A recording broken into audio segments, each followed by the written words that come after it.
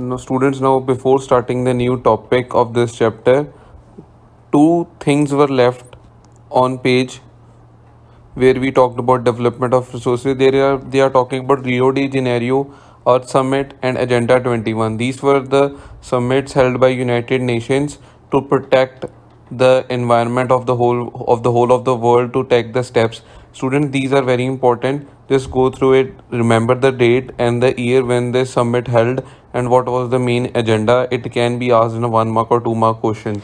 Coming on the other topic of this chapter is land resource. Land is a natural resource and of utmost importance.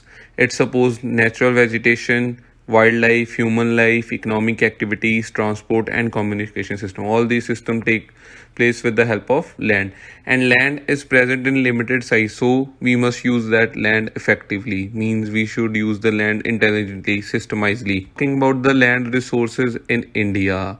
About 43% of the land area in India is plain, means it's good for agriculture, industries, this soil is good, and which provides facilities like this. Another is about 30% of the total surface area of the country are mountains, which ensures perennial flow of some rivers and provide facilities for tourism and ecological aspects. The mountain areas is covered by 30%. Area is about 27% of the country, which is the plateau region, means that possesses rich reserves of minerals, fossil fuels, and forests. This is the total distribution of land of India, which is divided into plateaus, plains, and mountains. Talking about land utilization, the land resources are used on the following purposes. First is for forest. Second is the land which is not available for cultivation, means which we cannot use for cultivation, like the barren land or the wasteland, which is land put to use of non-agriculture use, like on which we have made buildings, roads, and forest factories, which that we cannot, means building roads we have made, we cannot use that land again. Another is other uncultivated land or fallow land, means which land is left by the farmer to gain cultivation, or sorry, to gain fertilization, means it can regain its fertility. That is the permanent pasture or grazing land or land under miscellaneous tree crops groves. Next, our fallow land is also covered it in. Next is the net sown area, means the total area which is used for cultivation, or you can say that area sown more than once in an agricultural year plus net sown area is known as gross cropped area, means the total crop area that is used. When talking about land use pattern in India, means how the land is being used in India. The use of land is determined by physical factors such as topography, climate, soil types, human factors such as population density, technologically capability, and culture and tradition, etc. This determine the use of land. Now the land use data, however, it is available only for 93% of the total geographical area, because the land use reporting for most of the northeast states except Assam has not been done fully. And also some areas of Jammu and Kashmir occupied by Pakistan and China have also not been surveyed.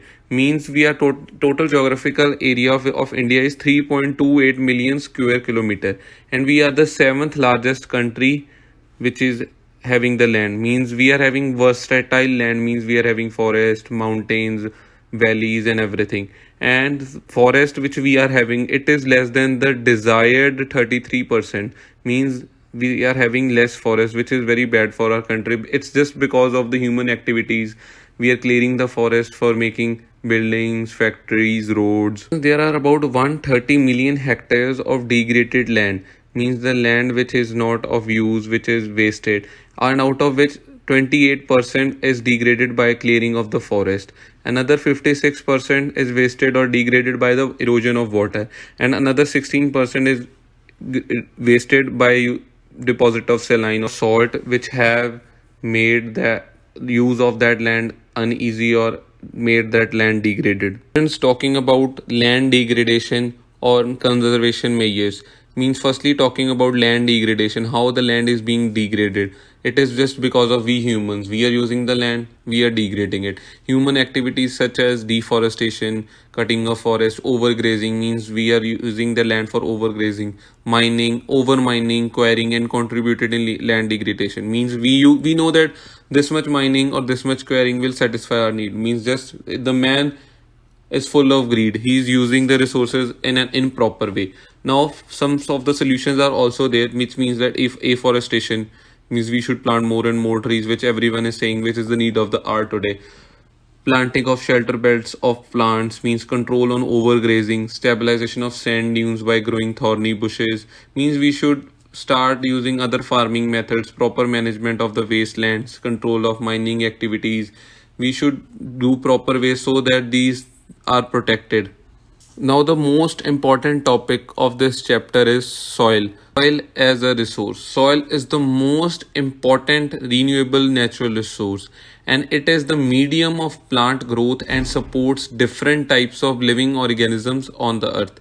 As it takes millions of years to form soil up to a few centimeter in depth. So we should use this resource wisely, because if it's not available, the soil is not available, we everything will be finished. Every good which we produce through agriculture or anything, that will not be available to us, because it takes millions of years to make, to regain its soil. Students talking about the factors that help in formation of soil, that are relief features, means the high altitude values, the parent rock, the climate, the which climate helps for the proper formation of soil, the vegetation, action of running water. All these factors help in the formation of soil. This soil is a very important resource. We should use this resource very wisely. So student, in this topic we also will add the classification of soil, means the different types of soil, that I'll talk in the next video. It's the most important parts, different types of soil that we are having in all over India. Different regions are having different soil, and that different soils support different type of cultivation.